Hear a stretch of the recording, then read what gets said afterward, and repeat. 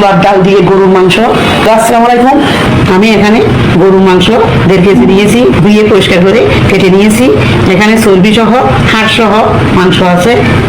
ছোলার বুট নিয়েছি এখানে 500 গ্রাম। এগুলো আমি 1.5 ঘন্টা ভিজিয়ে রেখেছি পানি দিয়ে। আমি পাতিলের মধ্যে সরিষার তেল দিয়ে দিয়েছি, আপনারা চাইলে রান্নার এগুলো তেলও দিতে পারেন। এবার আমি এখানে 2টা কালো এলাচ, 4 টুকরা দারচিনি, 7-8টা এলাচ, কালো গোলমরিচ 1 চা চামচ, লবঙ্গ 8টা, একটা স্টার নিয়েছি। সবগুলো আমি একসাথে দিয়ে দিচ্ছি। পেঁয়াজটা আমি হালকা ভেজে নিব। এলাচটা একটু তুবো দিতে হবে, একটা সুগ্রাম বের হবে। এই যে পেঁয়াজ যখন এরকম ভাজা হয়ে যাবে, একদম ব্রাউন কালার করবো না, এরকম যখন হবে, টেবিল চামচ আদা বাটা, রসুন বাটা 1 টেবিল চামচ দিয়ে দিয়েছি।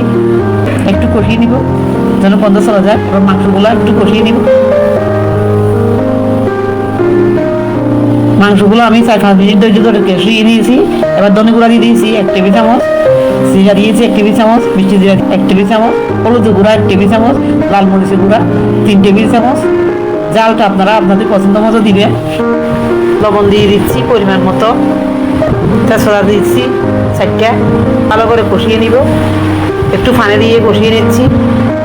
কষানো যখন হয়ে যাবে, তেল উপরে ভেসে উঠলে ছোলার বুটটা আমি ভিজিয়ে রেখেছিলাম এগুলো দিয়ে দিয়েছি, ধুয়ে পরিষ্কার করে দিয়েছিলাম। এবার গরম পানি দিয়ে দিচ্ছি পরিমাণ মতো।